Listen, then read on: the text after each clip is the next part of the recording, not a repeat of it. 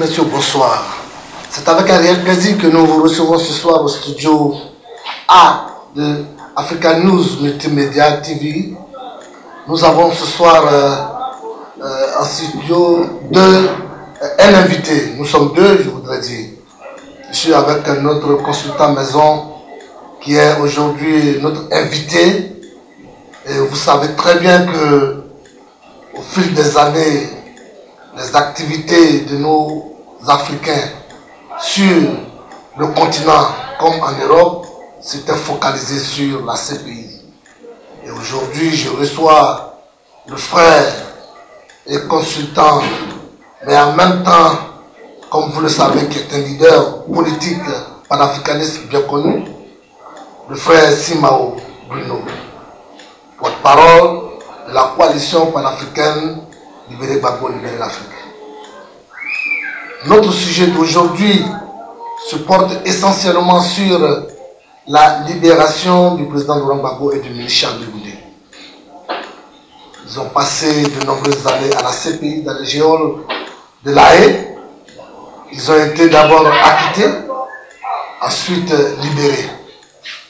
Aujourd'hui, nous avons décidé de décortiquer à travers cette émission du débat panafricain tous les enjeux de ce procès.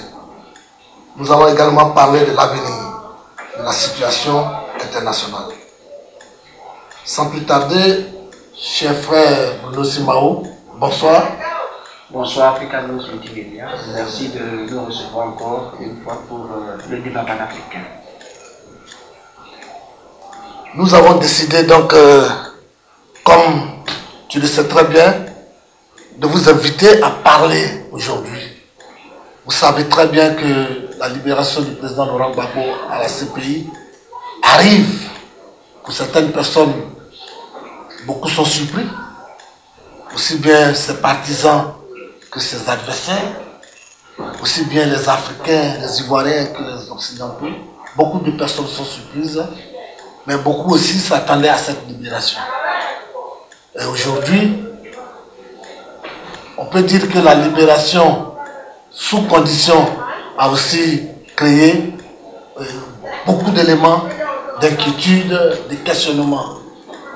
Quel est votre sentiment après cette décision d'acquittement et de libération du président Laurent Gbagbo? Merci.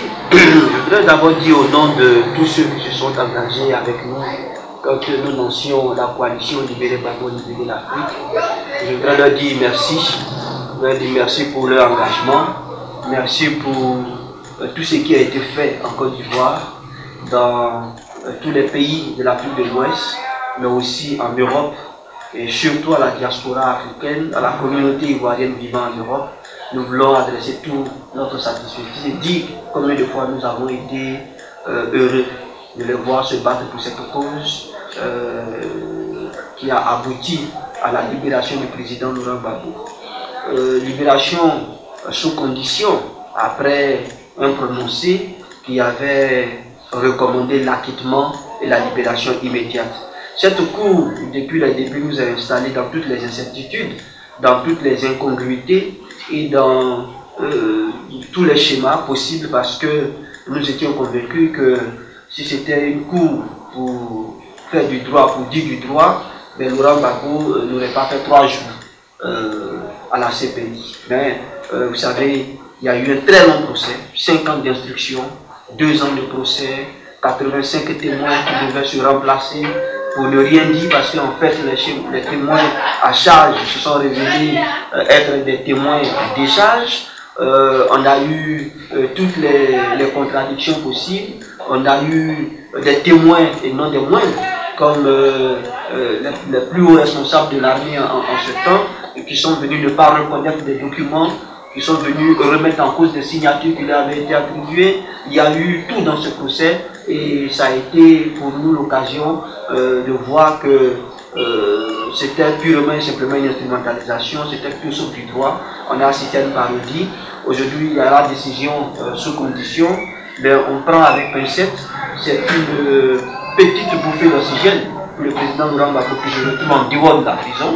Donc c'est une petite avancée, mais nous pensons qu'il ne faut pas justement s'arrêter sur ce bout de liberté. Il faut continuer la bataille pour la recouvrer totalement. Effectivement, comme tu l'as bien introduit, je suis amené, comme toi, également à dire à nos téléspectateurs, à tous les Africains, que la libération de Laurent Gbagbo et de Charles Blé Goudé est une victoire à ne pas minimiser. Comme vous le savez,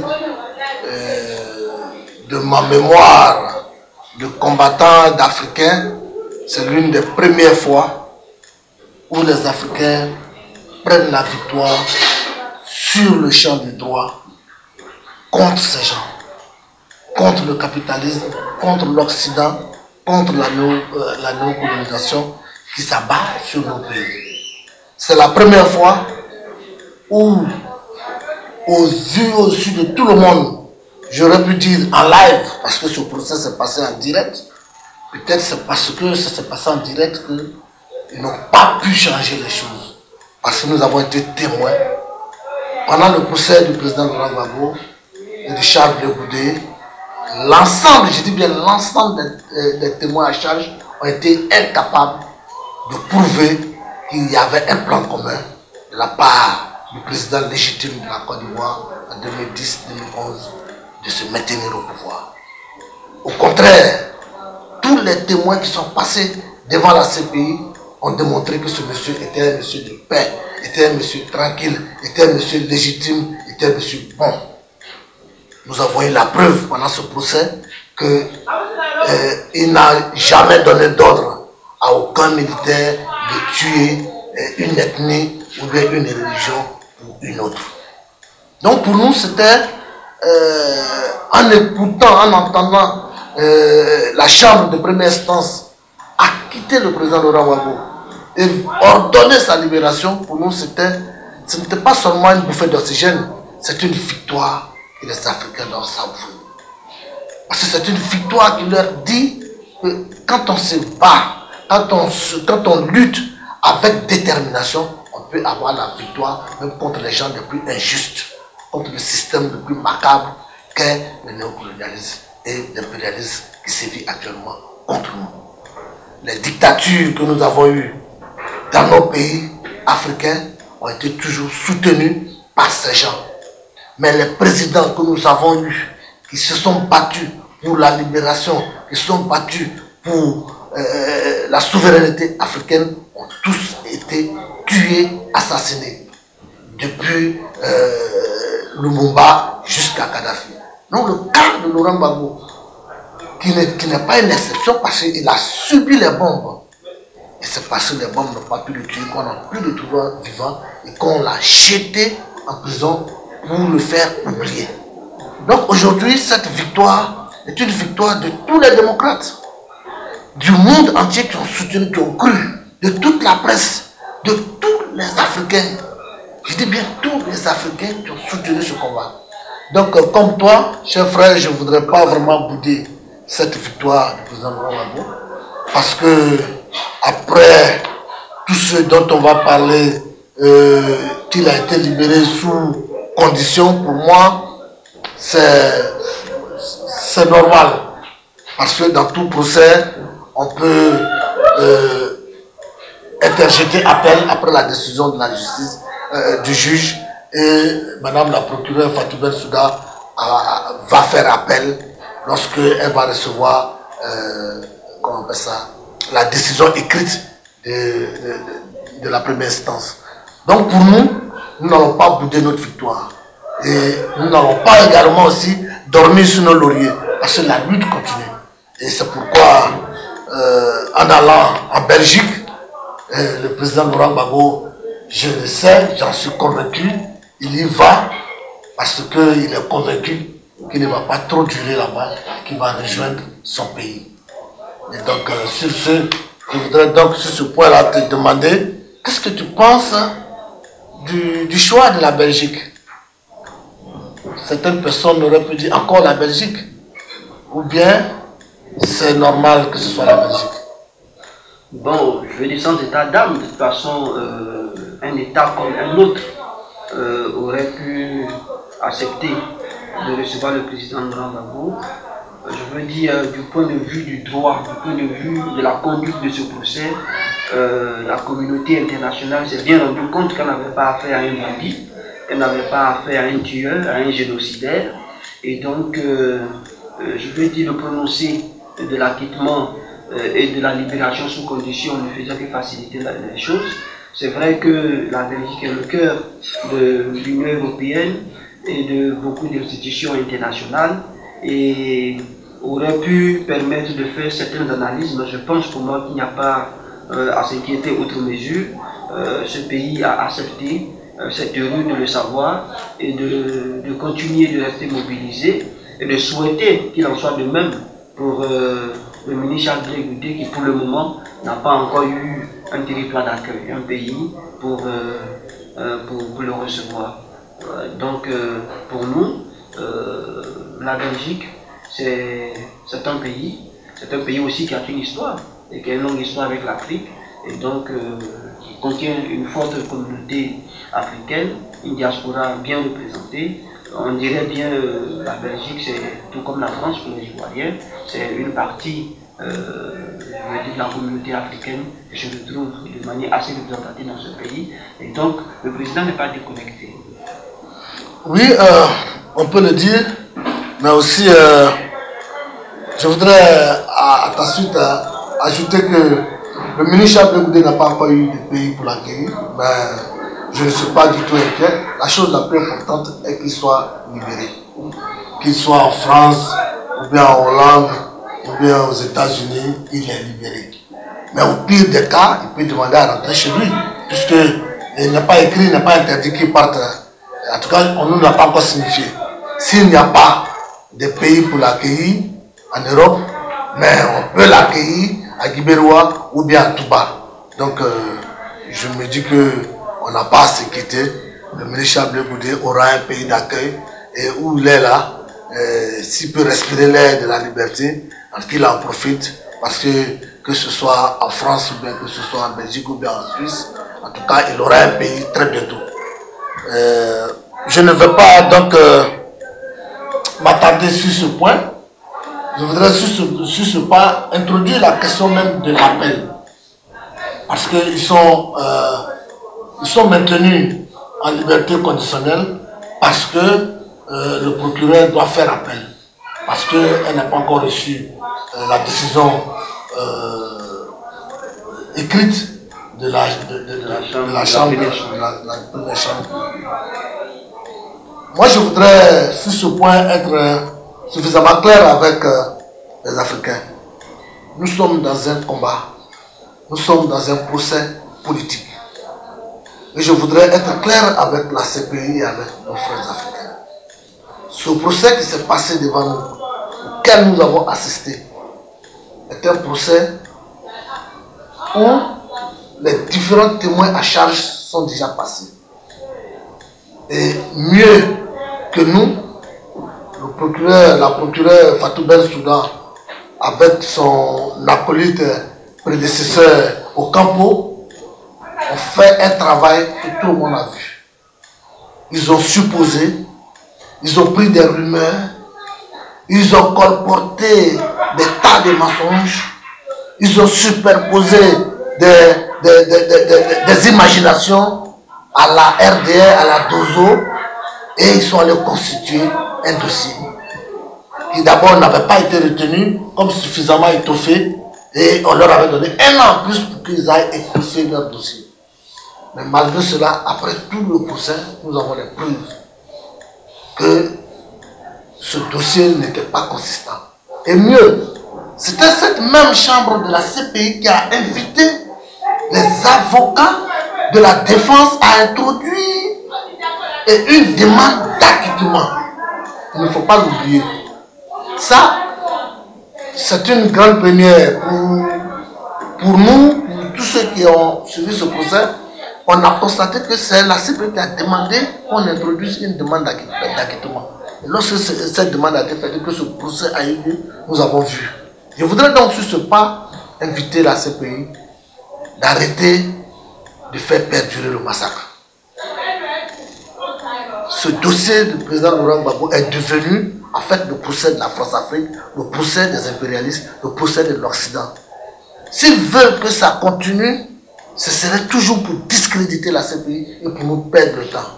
Et s'ils jouent avec le temps pour qu'effectivement ils empêchent le président Laurent Gbagbo de rentrer dans son pays, il faut qu'il sache que c'est toute l'Afrique qui est en train de se préparer à la révolte. Parce qu'on n'a jamais vu que des acquittés restent en prison.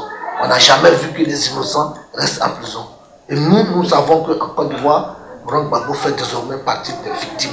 Et c'est de cela qu'il faut parler. Le peuple ivoirien a été frustré, le peuple ivoirien a été empêché. Parce que le président Laurent Gbagbo avait demandé même qu'on recompte les voix. Ça n'a pas été accepté en Côte d'Ivoire. Aujourd'hui, le procès, où est-ce qu'il est arrivé? Au niveau de la procédure, moi j'attends qu'on signifie les raisons de la décision de la première chambre et que la procureure Fatou Bensouda nous libère totalement et nous épargne de son appel. Parce que son dossier est vide, parce que les otages sont effectivement innocents. Pour moi, c'est ce qui est le plus important. Et te dire que, chers frères, la CPI a un dossier en Côte d'Ivoire. La CPI a un dossier des chefs rebelles qui depuis 2002 ont attaqué la Côte d'Ivoire, qui depuis 2002 ont tué des Ivoiriens au nord, ont pillé, pendant 7 ans de guerre, ils ont occupé une partie de la Côte d'Ivoire où ils ont pillé les ressources. En Côte d'Ivoire, il y a le dossier du génocide Oué. Pour moi, aujourd'hui, c'est le vrai dossier que la CPI devait récupérer. C'est de cela que la CPI devait parler, parce qu'un dossier a été introduit là-bas.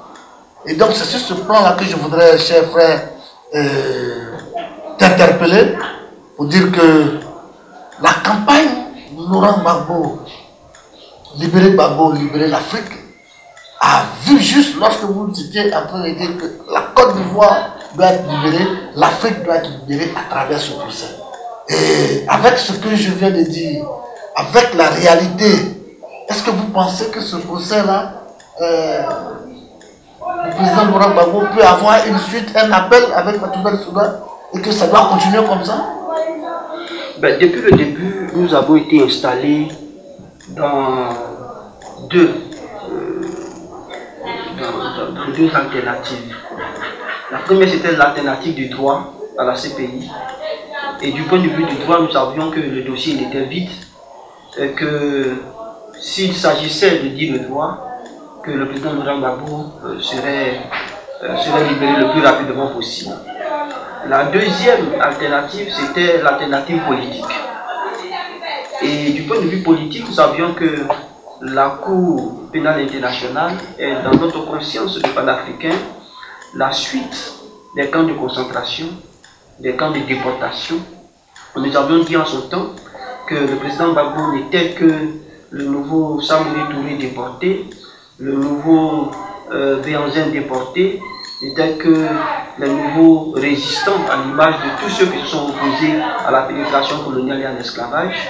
Il était donc cette nouvelle figure, c'est un camp de déportation pris du point de vue politique.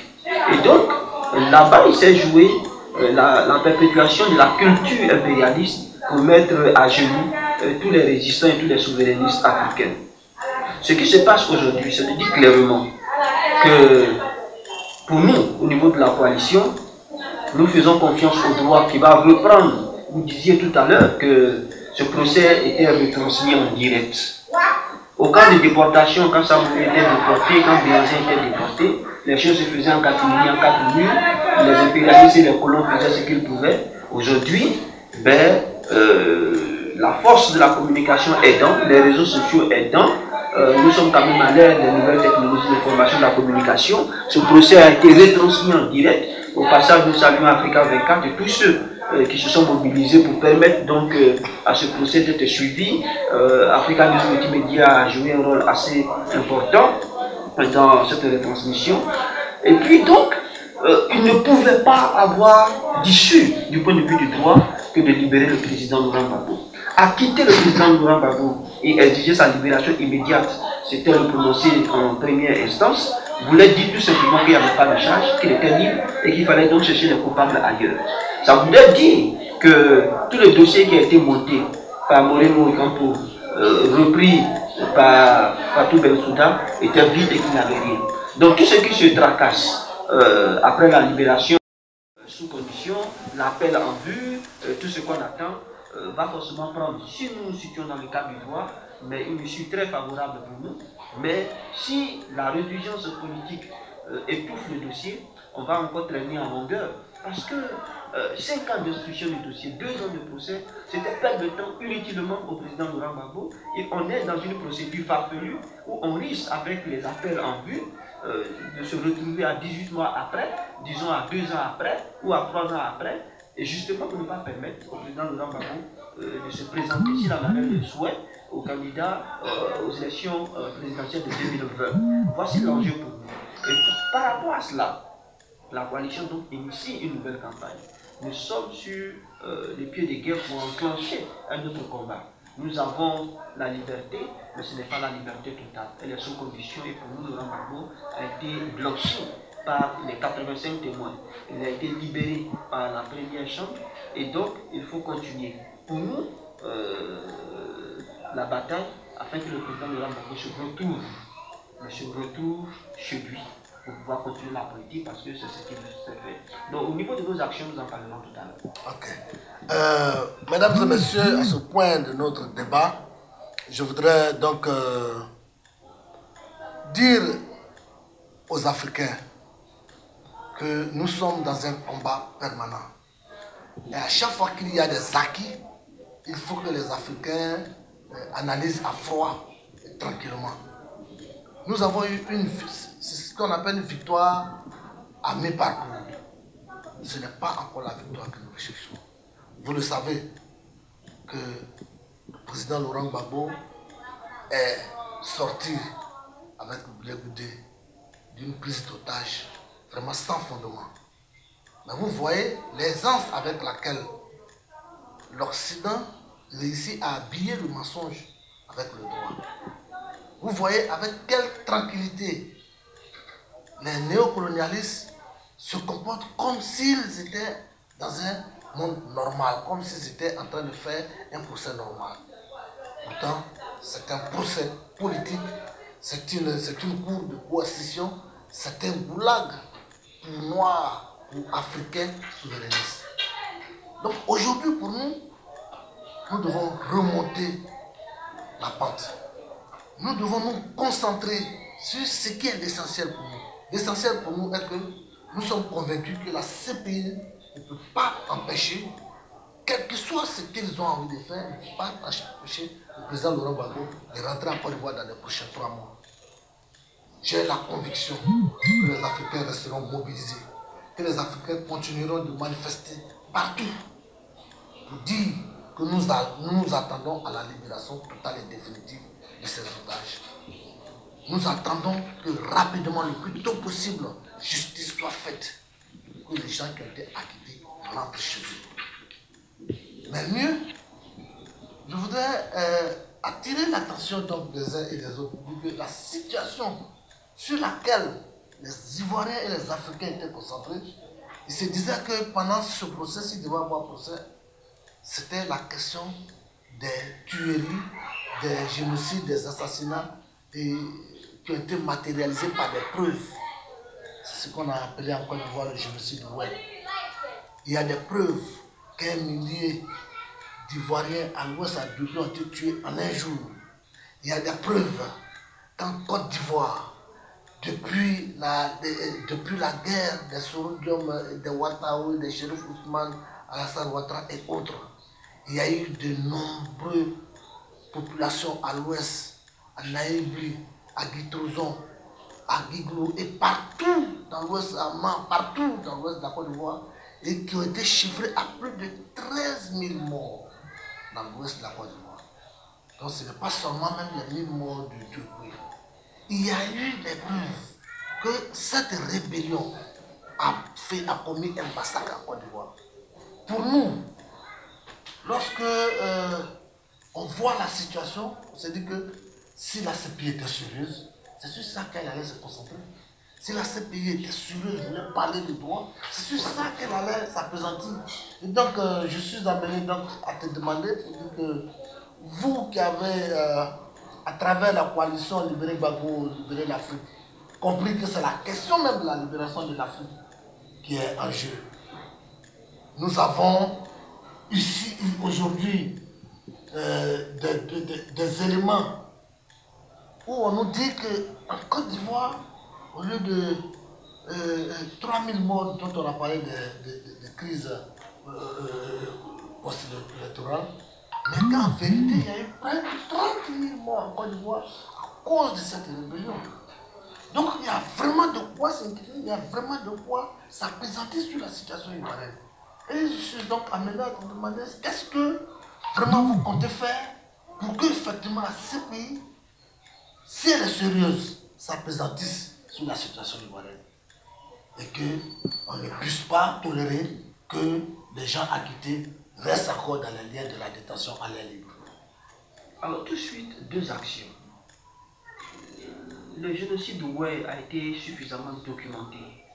Il y a eu des preuves et il y a des sources. C'est 30 055 morts dans l'ouest de la Côte d'Ivoire. C'est 38 charniers faisant près de 4 000 morts. À l'ouest de la Côte d'Ivoire, il y a eu au Bambo 35 000 morts. Exécutions sommaires, des personnes enterrées vivantes, des personnes brûlées vives dans leurs cases, des familles brûlées vives dans leur maison. Les preuves existent. Des enquêtes ont été menées par des personnes crédibles et sérieuses. Des chefs de village, des chefs de communauté. Mais on parle de Jason, de Naïbli, de Pitroson. Les preuves existent. Les journalistes ont fait un travail. Un dossier a été déposé à la CPI.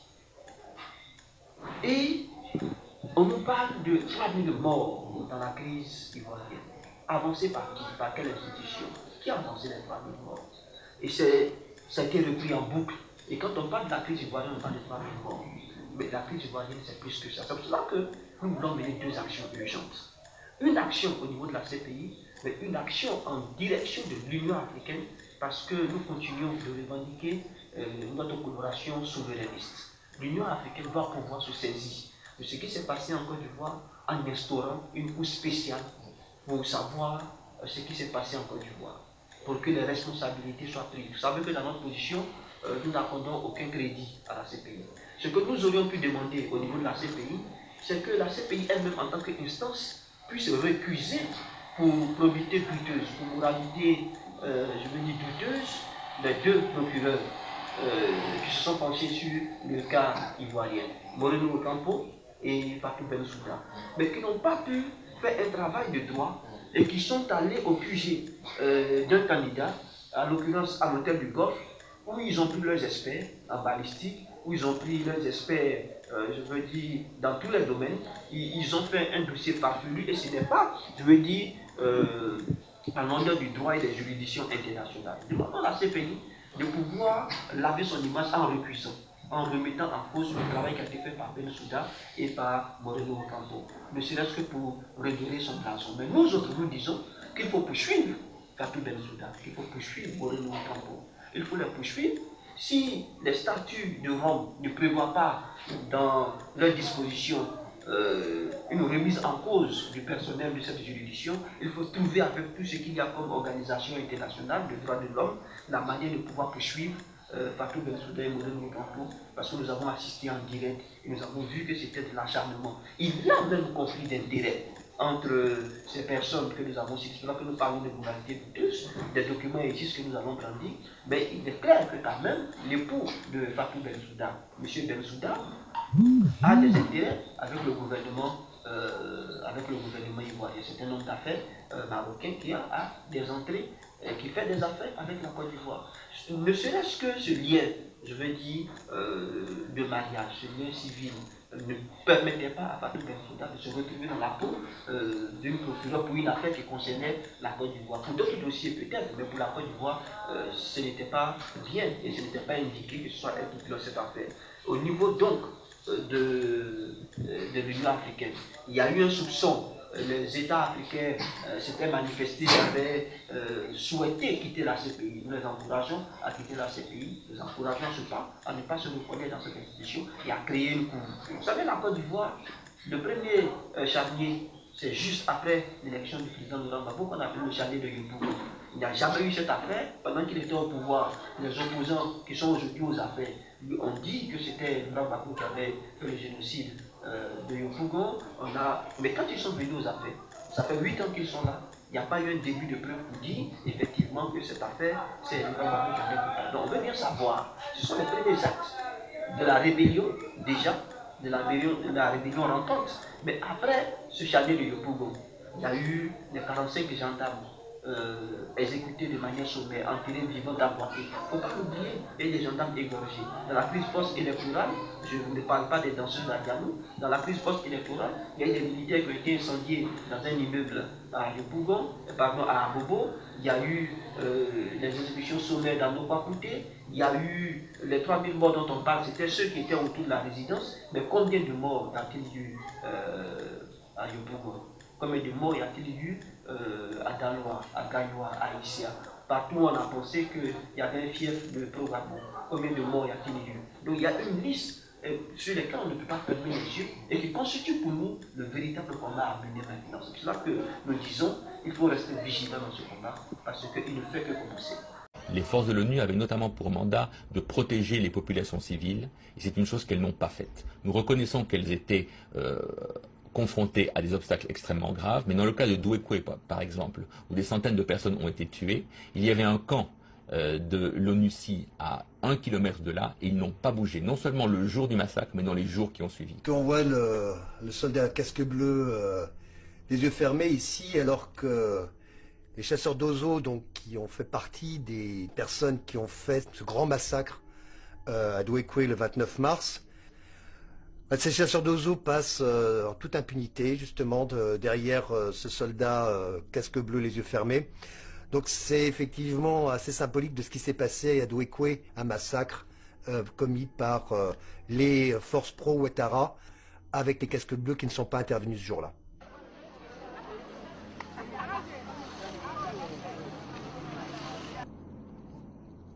Peu d'interventions se sont faites lors de grandes violences. Pendant ce massacre de Douékoué, on sait qu'en Côte d'Ivoire, s'il y a un endroit qui a été particulièrement violent, c'est l'Ouest. Tous les enjeux fonciers, des combats entre dits allogènes et dits autochtones. Donc on savait qu'il y allait se passer des choses terribles dans cette région. Il y avait 200 soldats casques bleus pour protéger toute une population. Et après ce grand massacre du 29 mars, toujours que 200 soldats. Aucun renfort n'est envoyé. Alors que la plupart des villages aux alentours sont vidés, ont été brûlés, les gens sont partis dans la brousse, ont été eux-mêmes pourchassés par des chasseurs d'oiseaux avec des chiens. Tout ça sans aucun renfort, pas un soldat de plus casque bleu. Alors qu'il y en a 10 000 en Côte d'Ivoire et que 200 ici à Douékoué. C'est incompréhensible. Oui, c'est pour t'emboîter le pas et dire que Africa News Multimédia, nous ne sommes pas un média pour venir relater les faits. Nous sommes un média pour communiquer dans l'intérêt de l'Afrique. Et c'est pourquoi je voudrais insister pour dire que à ce procès, nous avons les preuves. À ce procès, nous avons les preuves qu'il ne peut pas avoir eu en Côte d'Ivoire cette guerre et que la communauté internationale, la communauté africaine puisse se taire là-dessus. Il ne peut pas avoir eu dans ce pays cette situation où les Africains eux-mêmes, ils aient pu observer, c'est-à-dire tous les chefs d'État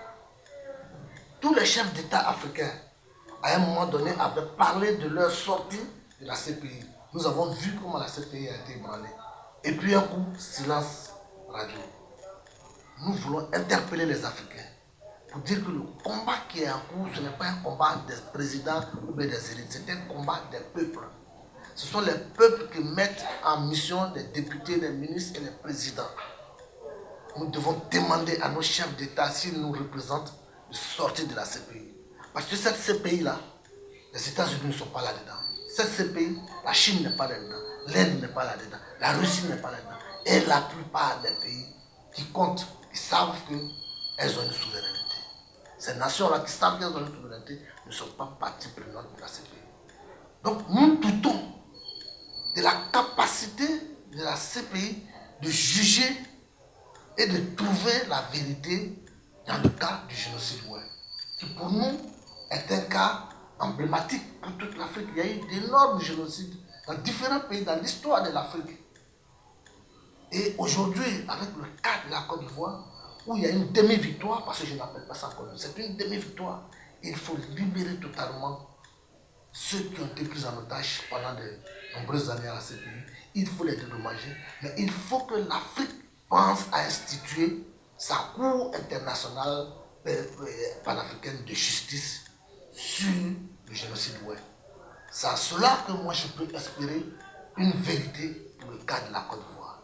Il faut que les peuples africains, tous ceux qui se sont mêlés de ce combat, et continuent de croire que la vérité seule peut affranchir nos pays, que la souveraineté seule peut affranchir nos pays. Il faut que l'Union africaine soit interpellée. Il faut que l'Union africaine se sente interpellée et qu'elle prenne en main le cas du génocide Woué, qui est documenté, et qu'elle prenne en compte qu'il y a eu des dizaines de milliers d'Ivoiriens qui ont été tués, dont personne n'a encore parlé, parce que depuis 11 avril 2011, ce sont ceux qui ont fait la guerre à la Côte d'Ivoire qui sont au pouvoir. Et aucune victime n'a pu présenter son cas. C'est maintenant là que, quand ils quitteront le pouvoir, parce que leur mandat est terminé, qu'effectivement les Ivoiriens seront libres pour présenter leur cas.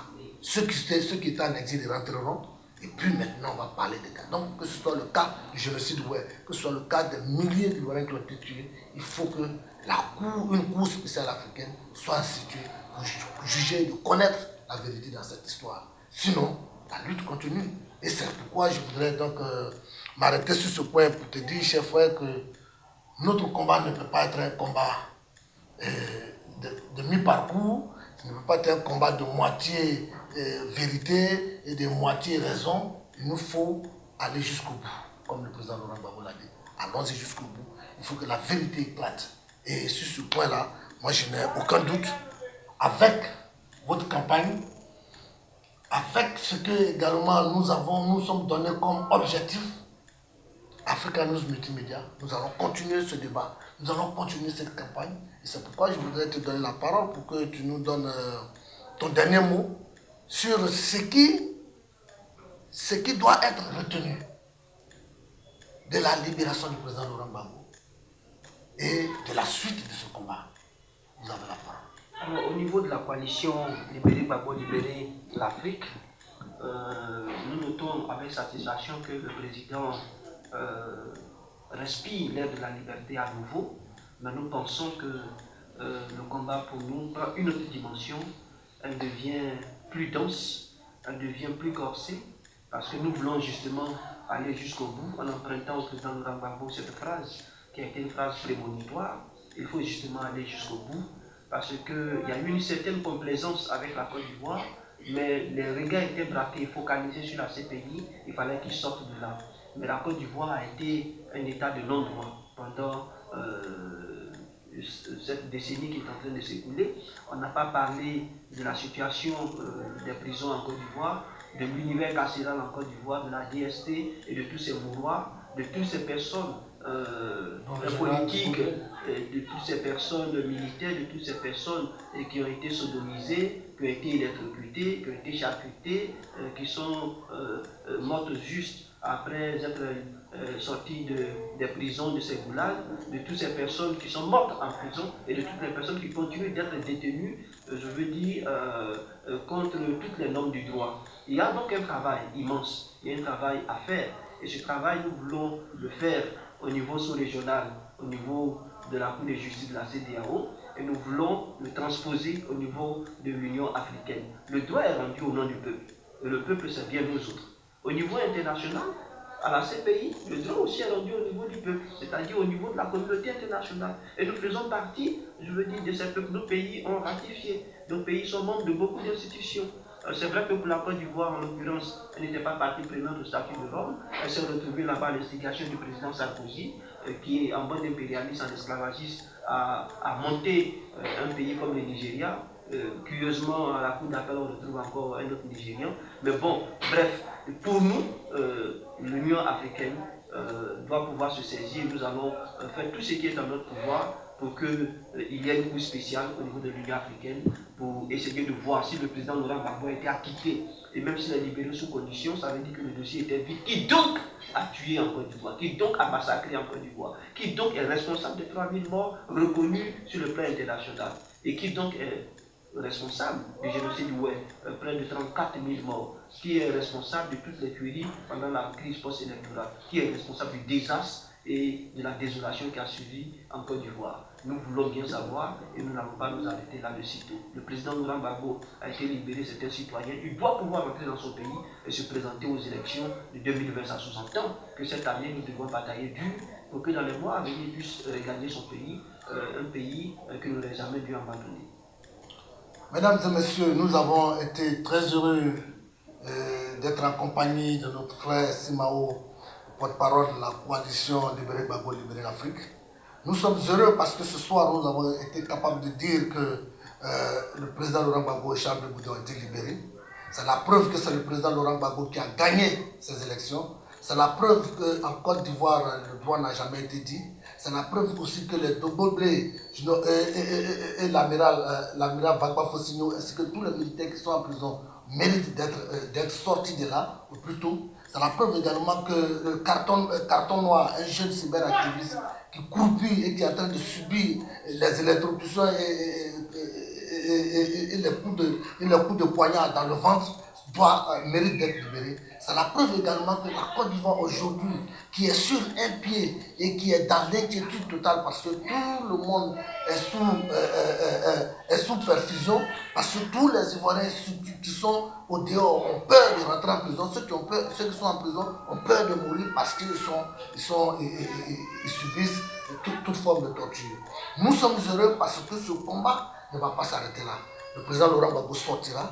Le président Laurent Gbagbo et Charles de Goudia iront en Côte d'Ivoire et la Côte d'Ivoire suivra son combat de restauration de la démocratie. Parce qu'il s'agit de cela. Il s'agit de restaurer la démocratie pour donner envie aux Africains de se battre pour la démocratie, de se battre pour l'unité africaine, pour que plus jamais en Côte d'Ivoire, comme en Afrique ailleurs, les guerres impérialistes puissent être faites au nom de quelconque mensonge, au nom de quelconque montage de nord contre sud ou bien de musulmans contre chrétiens.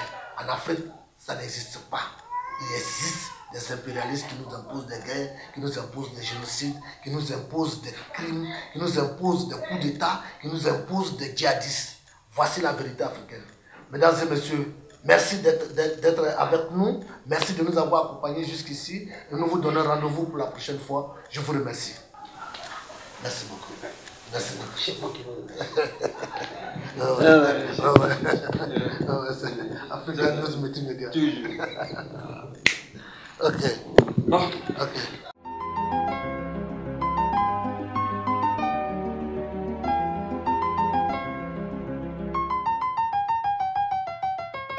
Au site